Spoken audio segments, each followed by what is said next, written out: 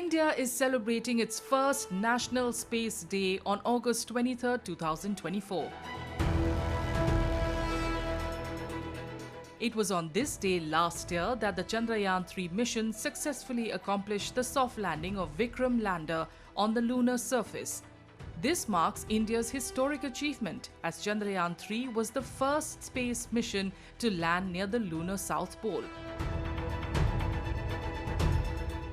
I think 1 year back, India there was a feather in a cap of ISRO when India did a soft landing on the surface of the moon. And to celebrate the success of ISRO, when for the first time ISRO was able to do a robotic landing successfully on a lunar surface. So it's a very significant moment and it needs to be celebrated. And it's not need to be celebrated only once. So we have to have that continuous vision that yes, we have achieved something which was not achieved by many in the world. Even though many countries made attempts, India is the only country to reach the lunar South Pole successfully. Attempts by the United States, China and Russia were all unsuccessful. The Indian mission was aimed at exploring a part of the moon that the scientists thought could hold frozen water and precious elements. It was launched on July 14, 2023 from the Satish Dhawan Space Centre. When we were doing the Chandrayaan-2, we just missed the bus slightly.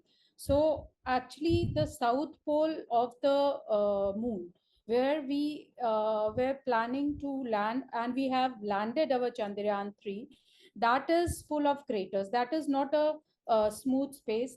The landing is very difficult over there because many huge craters are there. The mission undertaken on July 14, 2023 aimed to demonstrate new technologies. Over the next few weeks, it gradually raised its orbit around Earth before heading to the moon. After a series of precise maneuvers, the spacecraft entered the moon's orbit.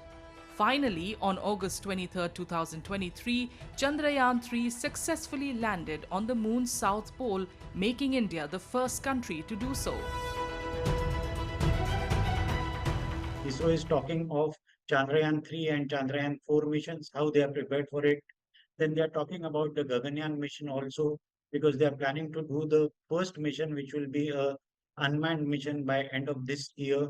Then they have given their roadmap for even going to the moon with a human mission. And more importantly, they have identified the roadmap for India's proposed space station also, which we are proposing by 2030 or subsequently.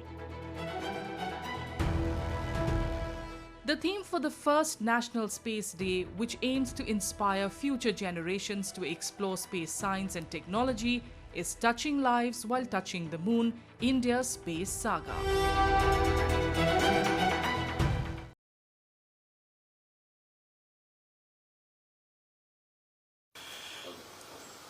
So the Chandrayaan 4 and 5, they have completed the design.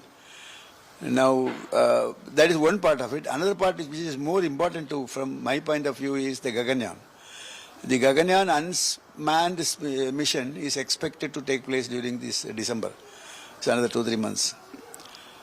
That will be another milestone as far as space related activities go.